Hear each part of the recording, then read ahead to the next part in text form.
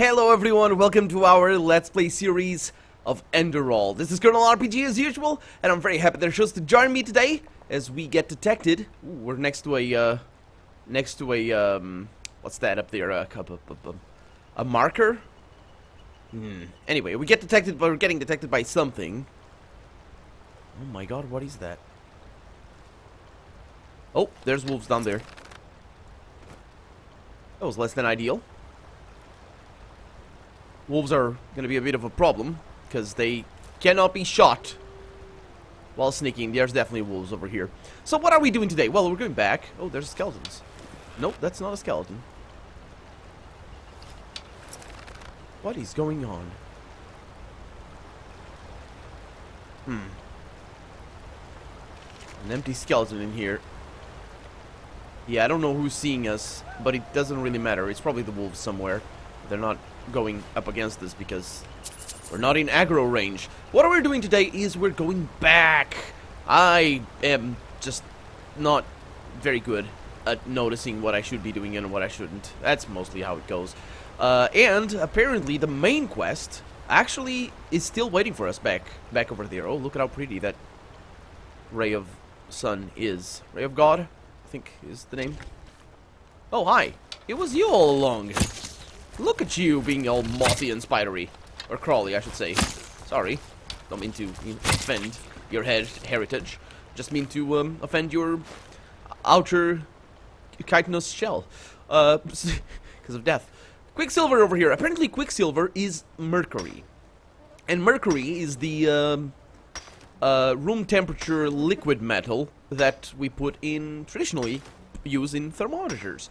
Also, I'm pretty sure it's highly poisonous or dangerous to us because it has a very, very high surface tension, which means it sticks together. What is this? What is this? Oh, it's a basket. It looked like an armor set. But you're dead. Yeah, that's usually what happens with the ball dying. That knife looks amazing. Look at that. So let's take all the stuff that you are not gonna need anymore. I'll take that book. A stained mushroom. Spore crown. It's an apothecarium.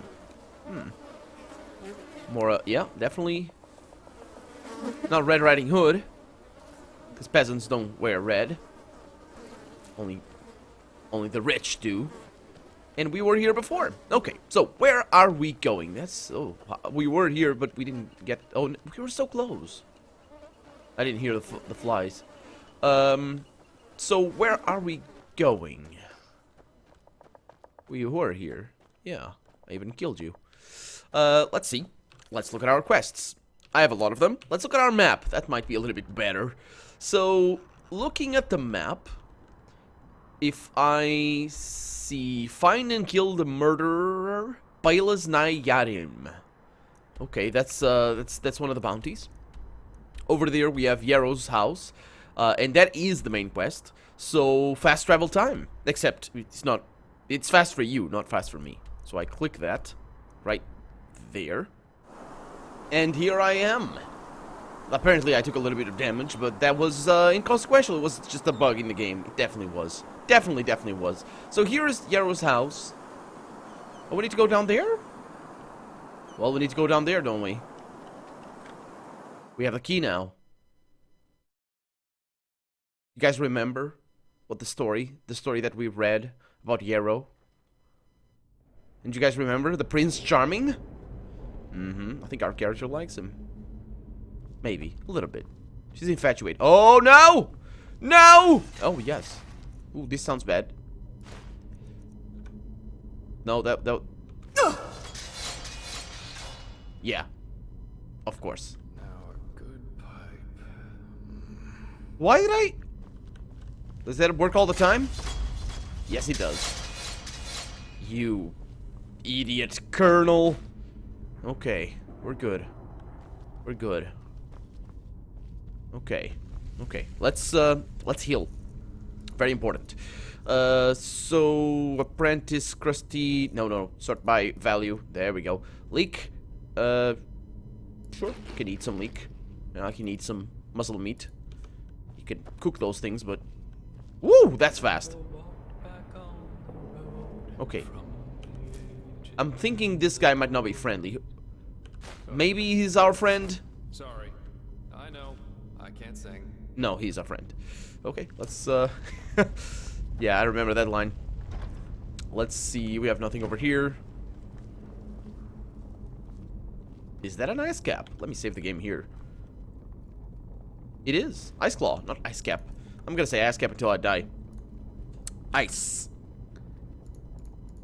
Can't click. You need to click and move the mouse cursor, apparently. Okay. Some wine. I'll take that one. Pretty expensive for what it is. How did he get there? Did he get captured? And he's still in good humor. We got a hauberk. And we have a book over here on psionics. And we have wine bottles. Amphorous that are not amphorous. Taproot. Huh. I should have reacted a little bit faster. I was trying to figure out where the blow was coming from. But, yeah. Jaspar Dalveric. Or Varric. Hey. So how's it going, man? Well, if it isn't my new friend. Any luck? Indeed. You have books in here. Plus one thing and things. What was that? Learning book. Plus one memory point. Just like that, huh? Well, if it isn't my new friend. It is. Any luck? I can't sit down and have a chat with you? You're terrible. Well, if it isn't my new friend. Oh, come on. Any luck? Yeah. So we have Alfred's story. I had a chat with Alfred. He seemed to think that, okay. And I found Yarrow tried to get rid of, what Yarrow tried to get rid of, yeah. Let's go with that. Let's show him the letters to Jaspar. Don't remember what Alfred's story was all about. Let's go with the letters. I think that one is the one that marked me anyway. Interesting. I didn't know about his companion's fate, to be honest. Irony of fate, isn't it? Murdered by those you wanted to help. But the Order will definitely be interested in these letters. Well done. That just leaves the old man in the village. Oh, yeah. I had a chat with him. Don't remember exactly how, but consider the quest done. Well. That's interesting. Good work. Thank you. That should be all we need then. Splendid. What about you? Did you find anything? I did, and now I finally know what to make of it. Come, follow me. Of course I will. Ooh. Not before taking your stuff. Hey! Don't go on ahead without me! I'm scared! Oh man, this guy is not one for helping the ladies, is he? Seriously, weird. Dude, I don't like spiders! Does my character like spiders or not? I don't think we have, I like spiders. I don't think we have established that yet. I present a Star People's lock. And I bet my buttocks will find another answer behind that door over there. Can I take on that bet? A Star People's lock. I've never heard of such things before. Doesn't surprise me. Ugh. This kind of lock is usually only found in treasuries or castles. But they can be picked. Though that's going to be quite the challenge without the bolts. Ooh, so you need bolts to open them. Normally, yeah. It's quite simple, actually. Every keyhole has a matching bolt that latches into place once you insert it. And once all the keyholes, 5 in our case, are latched, the door the lock protects opens up. If you don't have the matching bolts, however, you should prepare yourself for the most frustrating break-in of your life. That is, if you don't happen to be Jaspar, who knows a little trick. You know how to pick the locks? Because so far you just said how to open the locks. What kind of trick? You can use wooden sticks instead of bolts. They'll break a couple of seconds after you put them inside the lock, but if you manage to get all 5 sticks into place before the first one breaks, you can basically trick the mechanism. It's all about speed, in other words. So I'd say you do the running, and I'll wait near the pressure plate. You ready? Sure. What exactly do you need me to do, though? Yeah, just let's Splendid. Here are the sticks.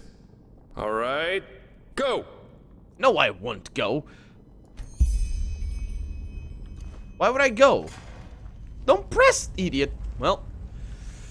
Oh, can't get up there. Actually, I'm also experimenting with the timer.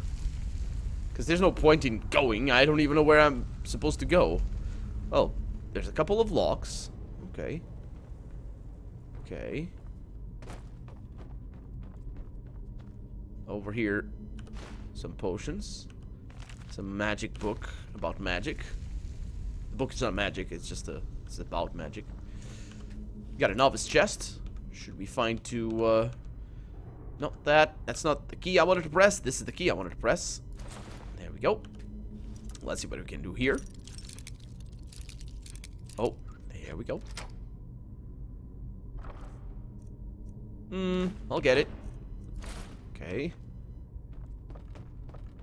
And then up here, soul gem, a leather helmet. We have that over there.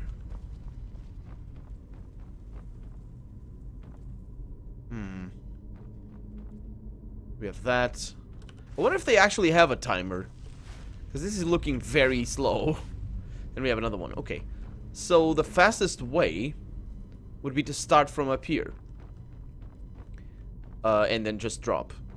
Because we can drop over there instead of going all the way around. So, save the game here. Apply that one.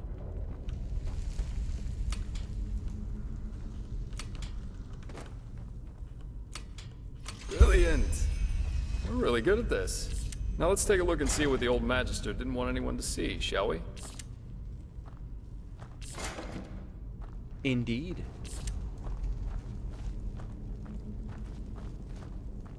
Well, it's looked like a normal cave so far. But I suppose he wasn't hiding the cave. He was hiding whatever is in the cave. Oh, shit. Oh, crap!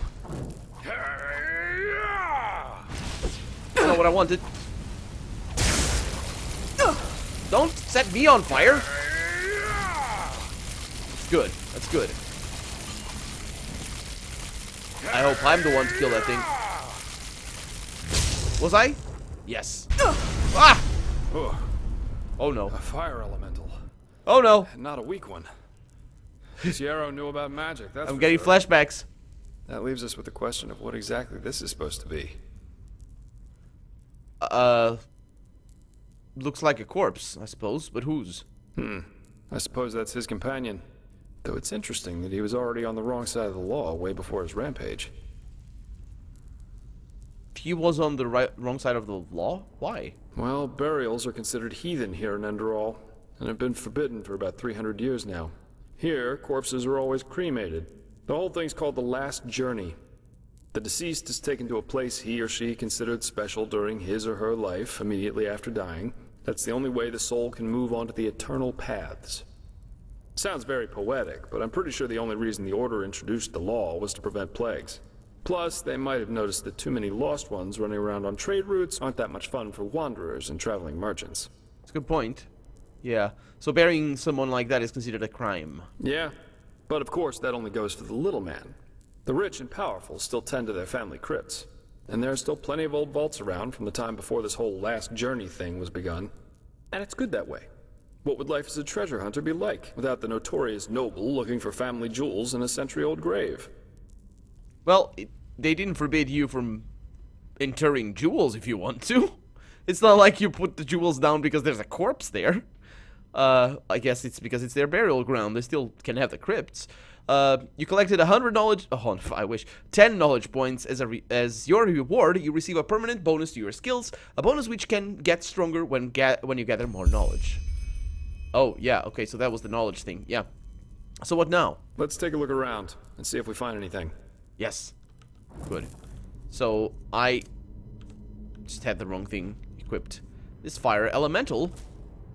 We got a memorial book. Where's this skeleton?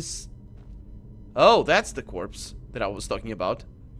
Yeah, not a good practice to just force you to talk about things you haven't seen yet, or haven't made sure the player has seen, because that was actually quite hard to spot.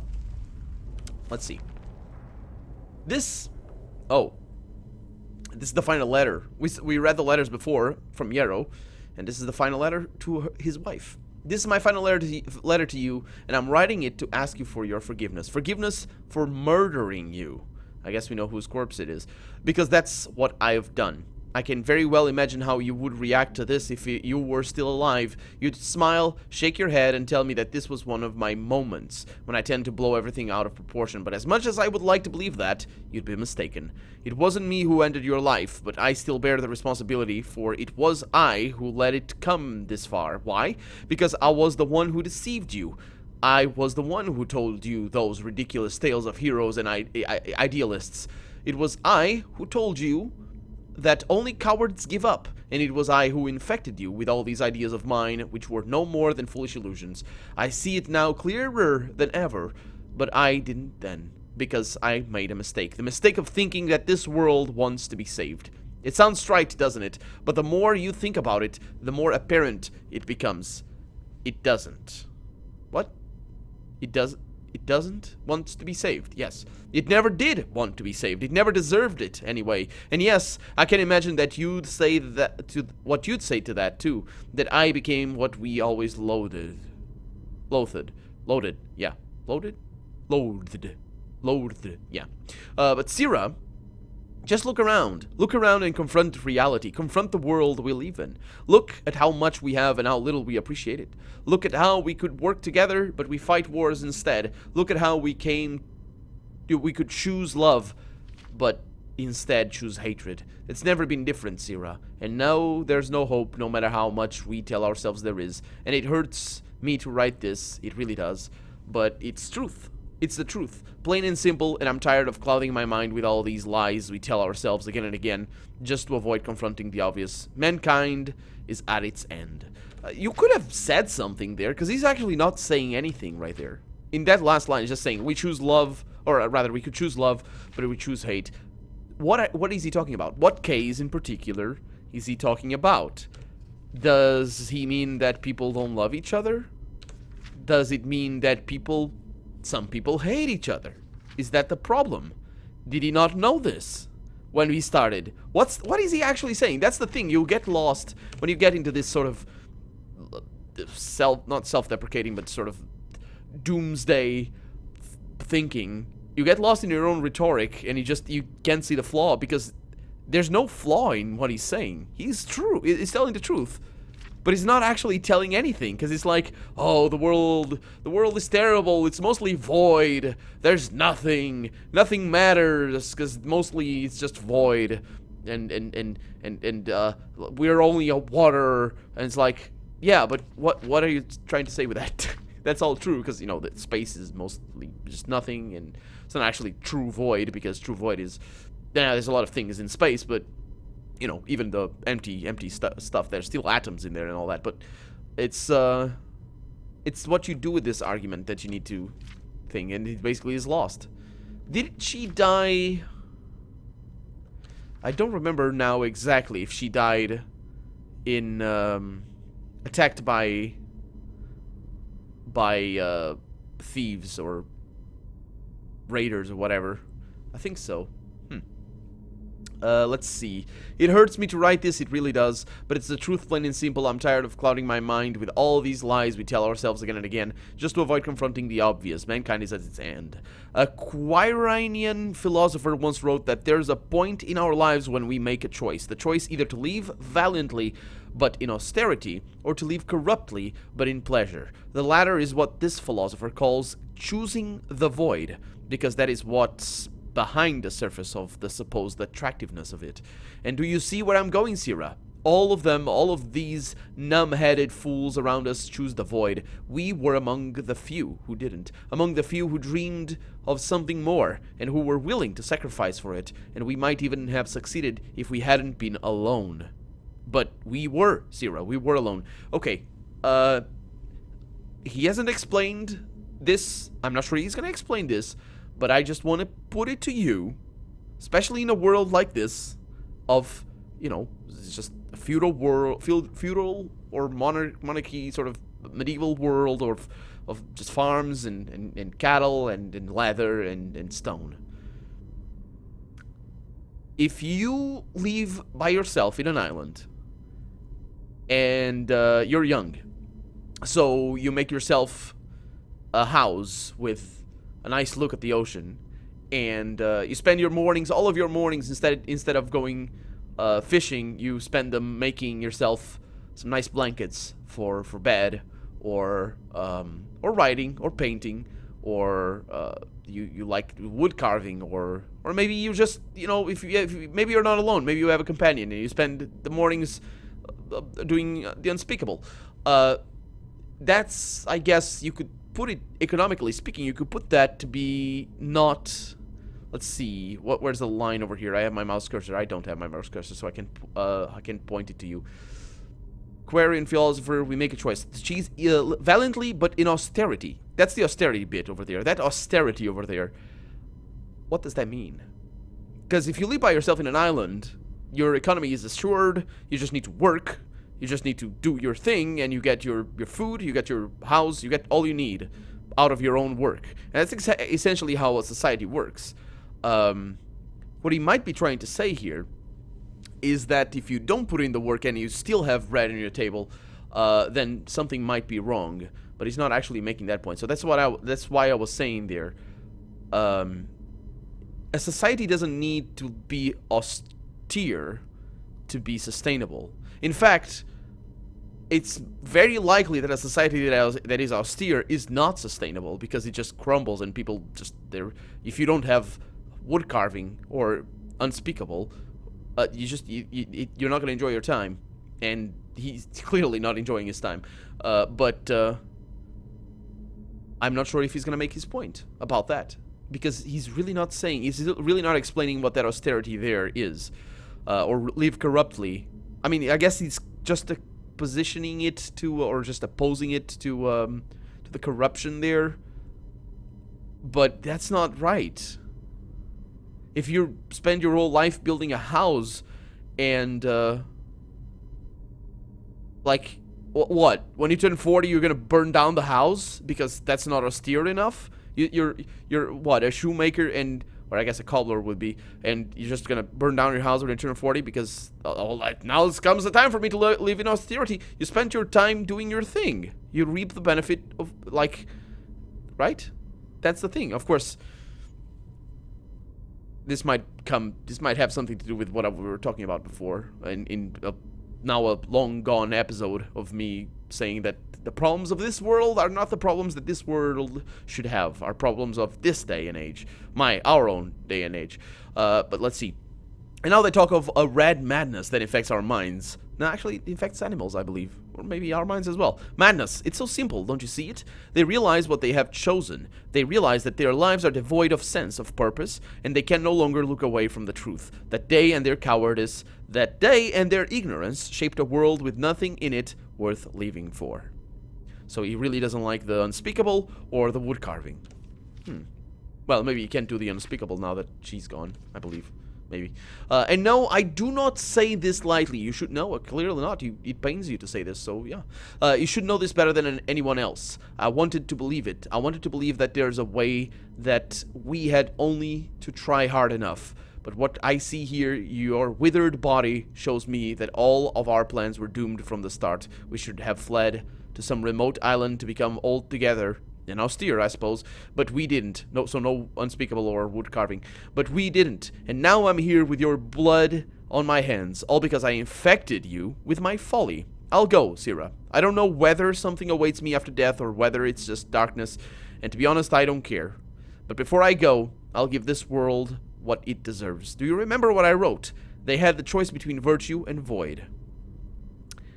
Okay, yeah. So I guess that we can jump to the conclusion that he's really just saying that you shouldn't be lavish and just materialistic. I think that's pretty simple. Just not choosing the strictest of words to describe it. But yeah, and they chose the latter.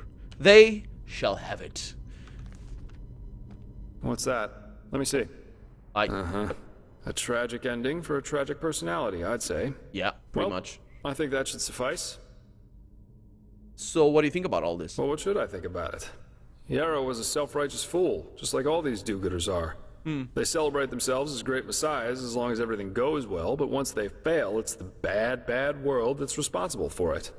The wise hermit has a good saying for that. People are only idealists until it starts to hurt. He and his lady should have simply stayed in Riverville. That's a good point. That's a different perspective. But yeah, let's see what we could have said, because I'm not going to say that. Come on, that's nonsense. Mankind wouldn't be where it is without idealists. Well, no, it wouldn't. It's just... idealists are philosophers. There's no... like, mankind is where it is because there's people who say, instead of me spending my whole day tilling the fields, I'm going to try and make a machine that tills the fields for me. And I'm going to, you know, be austere, because I'm not going to have as much food because I'm not tilling the fields. And, but for the sake of my own prosperity or the prosperity of my family, because we're going to have a machine. That's where it is. It's the people that say, oh, this cave that we're living in is kind of shabby. Let's make a house. And everybody else is going to be like, oh, whatever.